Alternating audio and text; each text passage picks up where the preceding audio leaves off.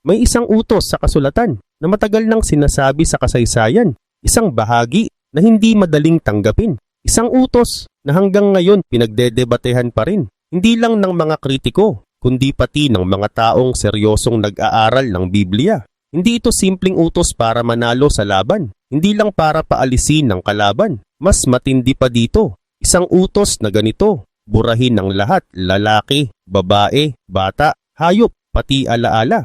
Ang pangalan ng bansang iyon ay Amalek. At agad pumapasok ang tanong, paano ito iuutos ng isang makatarungang Diyos? Anong klasing tao ang gumawa ng ganito kalaking dahilan? At mas mahalaga, ano ang mga bahagi ng kwentong ito na madalas hindi na ipapaliwanag? Para maintindihan ito, kailangan nating bumalik sa simula. Bago pa ang utos, bumalik sa disyerto. Pero bago tayo magsimula, huwag kalimutang i-like ang video na ito. Malaking bagay na ito para sa aming mga content creator. Maraming salamat at ngayon simulan na natin.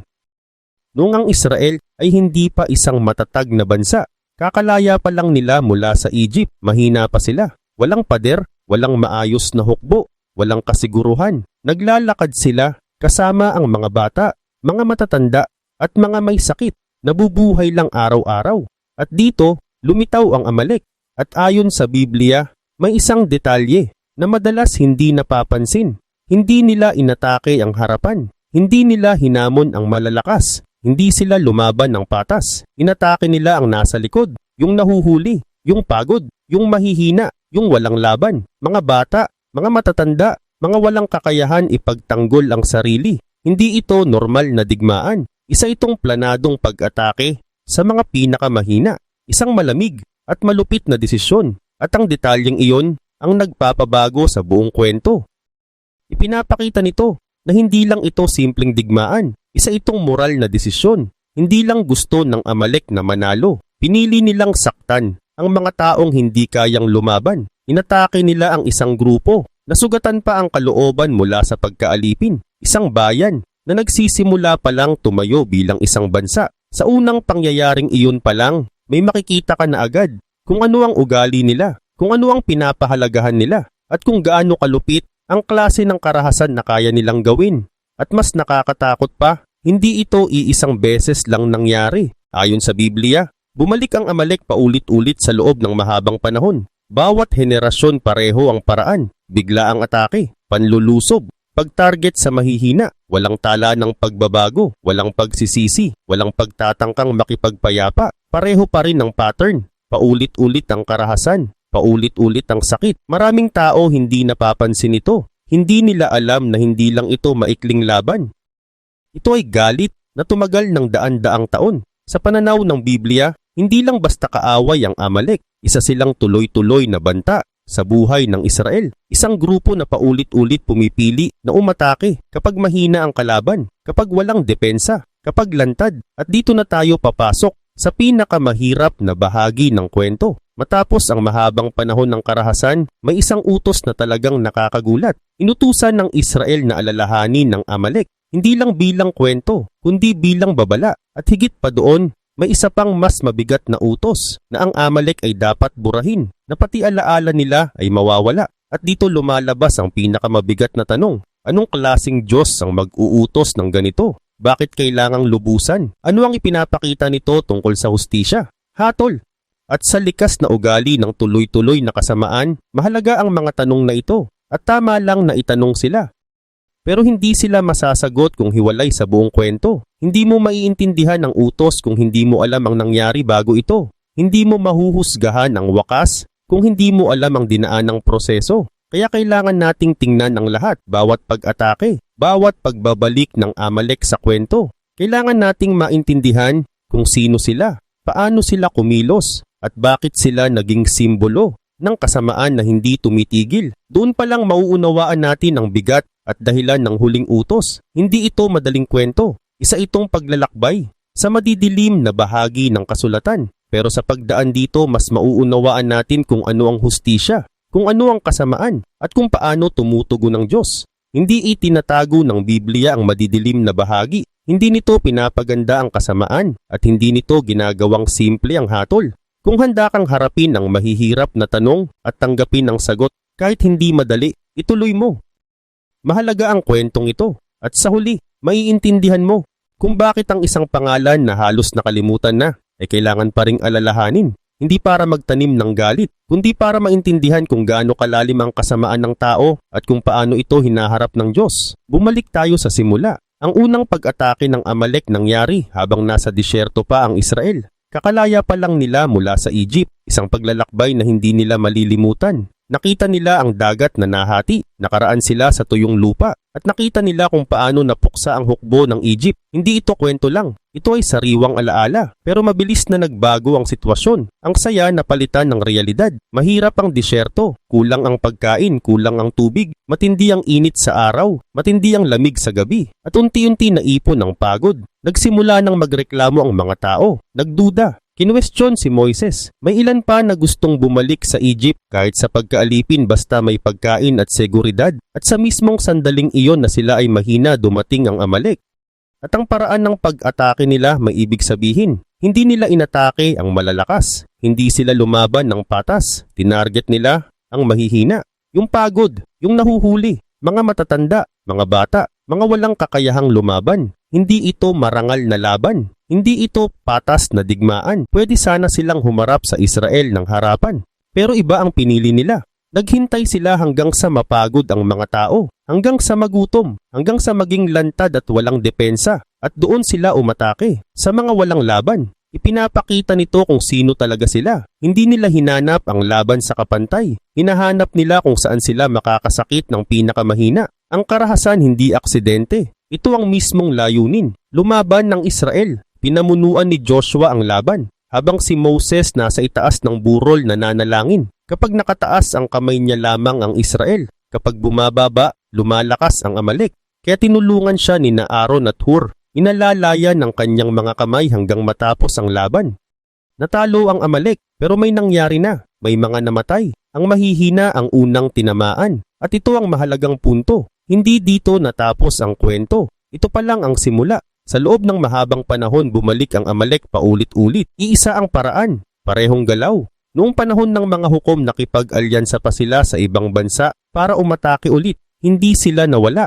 Nagpatuloy sila parang laging nasa anino naghihintay ng tamang oras. At dito sila naiiba sa ibang kaaway. Maraming bansa ang nakipaglaban sa Israel. Pero ang Amalek may kakaiba. Paulit-ulit, parehong target. Laging ang mahihina, laging ang walang depensa, at hindi ito tumitigil. Hindi ito mukhang simpleng laban lang. Hindi lang tungkol sa lupa, hindi lang politika, parang may personal na galit. At sa loob ng mahabang panahon nagpatuloy ang cycle. Atake, laban, kaunting katahimikan, at panibagong atake, laging pareho.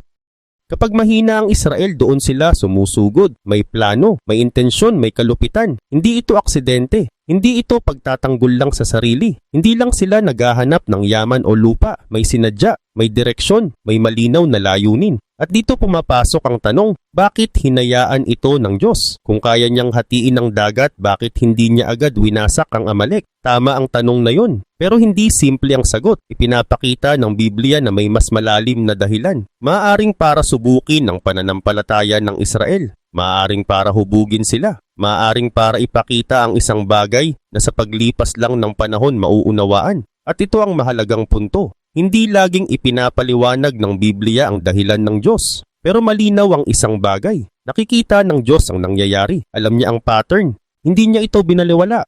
Hindi niya ito kinalimutan. At dito papasok ang pinakamabigat na bahagi ng kwento. Dahil darating ang oras na matatapos ang cycle na ito. Pero hindi sa paraang madali tanggapin. Hindi sa paraang komportable. Akala ng Amalek pwede silang magpatuloy habang buhay. Na pwede nilang atakihin ng mahihina walang kapalit, na walang magiging consequence. Pero hindi nila naintindihan may hangganan ng lahat. Hindi nila nakita na nakikita ng Diyos ang kawalang hustisya at ang paulit-ulit na kalupitan. Kapag tumagal, may kabayaran. Ang susunod na bahagi pipilit sa atin na harapin ang mahihirap na tanong tungkol sa hustisya at awa. Lalong dumidilim ang kwento bago ito luminaw. At para maintindihan ito, kailangan nating makita ang lahat ng nangyari bago ito. Dito nagbabago ang lahat. Nangyari ito sa panahon ni King Saul, ang unang hari ng Israel. Sa panlabas kahanga-hanga siya, matangkad, malakas, may presensya. Pinili siya ng Diyos, pinahiran bilang hari. Inangat mula sa pagiging ordinaryo papunta sa kapangyarihan. Pero may problema, may kahinaan siya. At hindi ito tinago ng kasulatan. Ipinakita ang kanyang takot, ang kanyang pagdududa, at ang ugali niyang sumunod lang kapag sang-ayon sa sarili niyang isip. Isang malinaw na utos ang ibinigay sa kanya na nakasulat sa aklat ni Samuel. Makipaglaban siya sa Amalek. Pero hindi ito normal na digmaan. Hindi ito tungkol sa lupa. Hindi ito tungkol sa politika. Isa itong utos mula sa Diyos. At malinaw ang utos. Ganap na pagwasak, walang ititira, walang ililigtas, walang kukunin, walang hayop, walang ari-arian, walang kahit ano. Diretso ang salita, walang palambot, walang paliwanag na nagpapagaan, ganap, pinal, at walang kompromiso. Ito ang utos na hindi madaling tanggapin. Ito ang utos na kailangang intindihin. Lumaban si Saul at nanalo siya. Natalo ang Amalek, malinaw na tagumpay. Sa tingin, nagawa ang utos. Pero dito nagbago ang kwento. Hindi siya lubos na sumunod. Iniwan niyang buhay ang hari ng Amalek. Itinira niya ang pinakamagagandang hayop. Kinuha niya ang mga bagay na para sa kanya may halaga. Malinaw ang sinabi ng kasulatan. Sinira ni Saul ang tingin niyang walang halaga. Pero iniligtas niya ang tingin niyang maganda. Kahit malinaw ang utos na sirain ng lahat. Bakit? Hindi direktang sinasabi ng teksto. Pero may pwedeng isipin. Baka nakita niya na may pakinabang. Baka gusto niya ng karangalan. Baka gusto niya ng tropeyo. Baka iniisip niya na mas pinapabuti niya ang utos ng Diyos. O baka naniwala siya na ang kalahating pagsunod ay sapat na. Pero hindi. Hindi ito pagsunod. Hinarap siya ng propetang Samuel. At mabigat ang sinabi niya. Hindi sumunod si Saul sa Diyos. At may kapalit iyon. Ipinaliwanag ni Samuel na ang pagsunod hindi nasusukat sa intensyon. Hindi sa itsura. Hindi sa resulta. Kundi sa pagpapasakop. Dito nagbago ang lahat. Sinabi ni Samuel na ang ginawa ni Saul hindi lang simpleng pagkakamali. Ito ay pagtanggi. At sa pagtanggi niya sa salita ng Diyos, tinanggihan niya ang Diyos bilang hari. Kaya mawawala sa kanya ang kaharian. Ibibigay ito sa iba, sa taong tunay na susunod. Dito nagsimula ang pagbagsak ni Saul. Unti-unti nawala ang kapayapaan niya. Nawala ang linaw ng isip. Naging magulo siya. Naging mapagduda. Naging marahas. Kumapit siya sa kapangyarihan na matagal nang inalis sa kanya. Isang desisyon lang pero umalingaw-ngaw sa buong buhay niya at naapektuhan ang lahat ng sumunod. At dito rin nakakabit ang kwento ng Amalek. Hindi lang ito pangalan sa isang lumang digmaan. Hindi lang ito basta kaaway. Sa Biblia ang Amalek ay inilalarawan bilang isang buong grupo ng tao na may iisang pattern. Isang ugali na hinubog ng paulit-ulit na kalupitan. Ang Amalek hindi naaalala dahil sa kultura. Hindi dahil sa mga gusali, hindi dahil sa mga nagawa, kundi dahil sa mas madilim na bagay. Ang pinili nilang saktan ang mahihina. Malinaw ang sinasabi ng Biblia. Hindi nila hinarap ang Israel ng harapan. Hindi sila lumaban ng patas. Umaatake sila mula sa likod. Target nila ang pagod, ang may sakit, ang nahuhuli sa lakad, ang walang laban. Hindi ito isang beses lang nangyari. Ito ang naging ugali nila. Ito ang naging pagkakakilanlan nila. Sa tradisyon ng mga Hudyo may paliwanag tungkol dito. Ayon dito, hindi umatake ang Amalek dahil kailangan nila. Hindi dahil sa lupa, hindi dahil sa pagkain, hindi dahil sa kulang sila. Ang pag-atake nila may kahulugan. Para itong mensahe na hindi sila natatakot sa Diyos ng Israel. Parang sinasabi nila na ang lakas lang ang mahalaga, na pwedeng apihin ng mahina, ng walang kapalit, na pwedeng suwayin ng Diyos ng walang mangyayari. Kahit lahat ng detalye ng paliwanag na ito, tama man o hindi, iisa ang malinaw sa Biblia. Hindi desperado ang Amalek, hindi ito bigla ang galit. Pinili nila ito at inulit nila ito taon pagkatapos ng taon, henerasyon pagkatapos ng henerasyon. Walang pagsisisi, walang pagbabago, walang tigil. Dito natin mas maiintindihan kung bakit naging mabigat ang hatol. Hindi lang sila basta kaaway, hindi lang pansamantalang banta. Ang kasamaan naging bahagi na ng pagkatao nila. May sapat silang panahon para magbago, pero hindi nila pinili. At yun ang dahilan kung bakit naging ganun kabigat ang kahihinatnan. Isang bayan na binigyan ng maraming babala. May mga nangyaring pwede nilang pagkuhanan ng aral. May mga pagkakataon para magbago. May malinaw na halimbawa sa harap nila. Pero pinili pa rin nilang magpatuloy. Walang pagbabago. Walang pag-atras. Walang pagsuko sa kalupitan. Walang kahit anong senyales na gusto nilang tumigil. May isang mahalagang detalye sa kwentong ito na madalas hindi napapansin. Hindi lang sinabi sa Biblia na talunin ang Amalek. Sinabi rin na alalahanin sila. Inutusan ng Israel na huwag kalimutan, isulat, itago sa alaala. Alalahanin kung paano nila inatake ang mahihina. Alalahanin ang paulit-ulit na karahasan. Alalahanin kung ano ang nangyayari kapag ang isang bayan ay ayaw magbago. Hindi ito simpleng usapan ng digmaan. Mas malalim ito.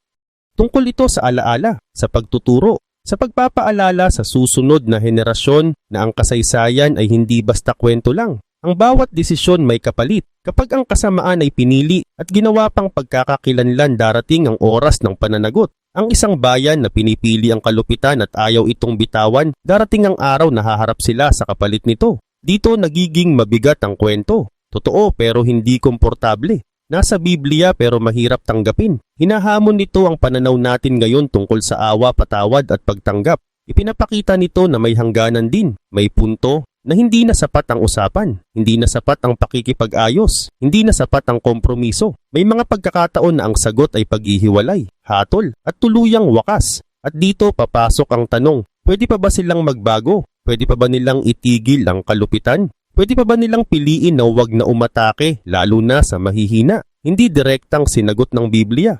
Pero malinaw ang ipinapakita ng kasaysayan. Hindi sila nagbago, hindi sila umatras, walang pagsisisi, walang pagbabago. Nagpatuloy sila hanggang sa dulo. Pinili nila ang parehong landas paulit-ulit. Walang pagbabago, walang pagliko. At dumating ang punto na may kapalit na ang pinili nila. Hindi dahil malupit ang Diyos, hindi dahil pabago-bago siya, kundi dahil may hangganan. Dahil ang kasamaan kapag paulit-ulit at walang pagsisisi, hindi pwedeng magpatuloy habang buhay. Darating ang hatol, at yun ang nangyari sa Amalek. Yan ang kwento na sinusubukan nating maintindihan.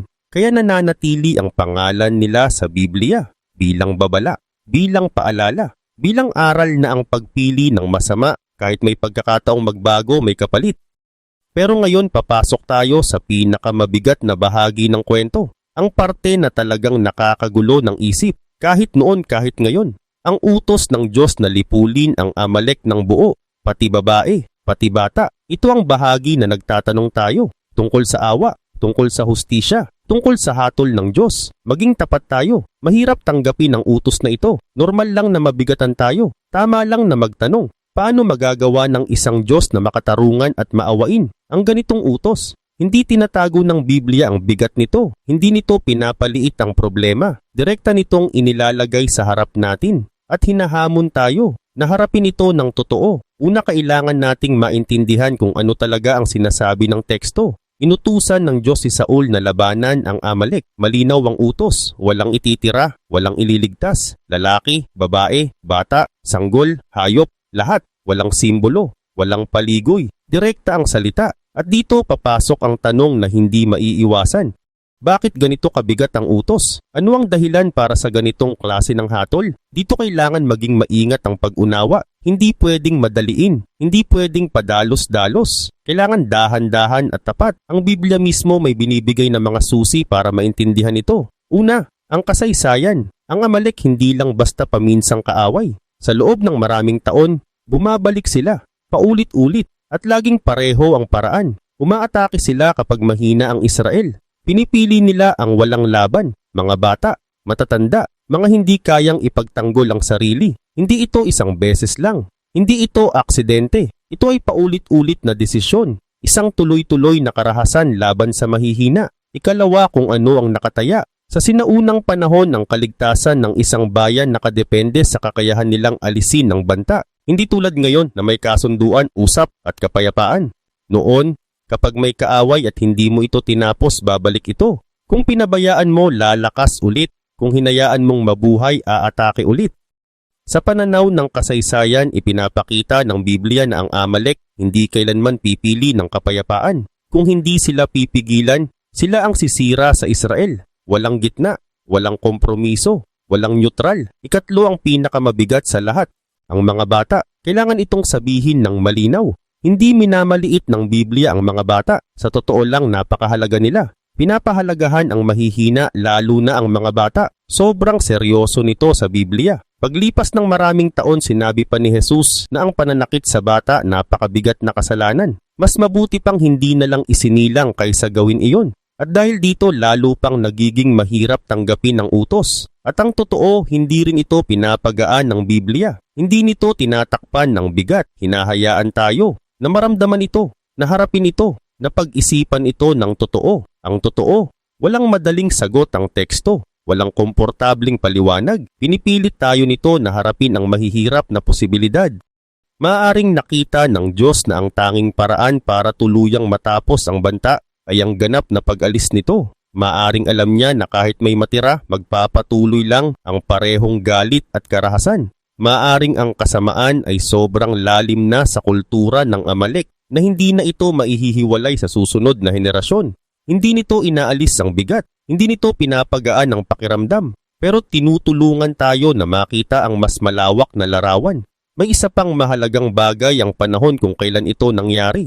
Noong sinaunang panahon ng ganitong uri ng pagkawasak, hindi kakaiba. Karaniwan ito, malupit, marahas, pero normal noon. Ganito isinasagawa ang pananakop, buong bayan, binubura, buong lungsod, nililipol. Kapag ibinigay ang utos, ginamit ang paraan na naiintindihan ng mga tao noon.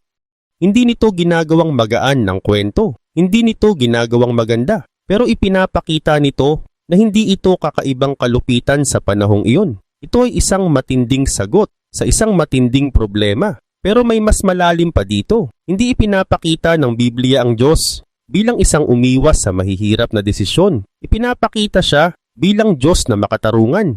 At minsan, ang hustisya, kailangan ng matinding paghaharap, kailangan ng malinaw na hangganan, kailangan ng hatol. Hindi dahil gusto ang pagkawasak, kundi dahil kailangang pigilan ang kasamaan na ayaw tumigil. Isipin mo ito, isang grupo na sa loob ng maraming taon, pinipili ang manakit, walang pagsisisi, walang pagbabago, walang tigil, paulit-ulit at patuloy hanggang sa wala nang humahadlang. Ngayon, isipin mo ito, may kapangyarihan kang putulin ang isang siklo ng sakit. At alam mo na kung hindi ka kikilos ng buo, magpapatuloy ito habang buhay. Ano ang gagawin mo?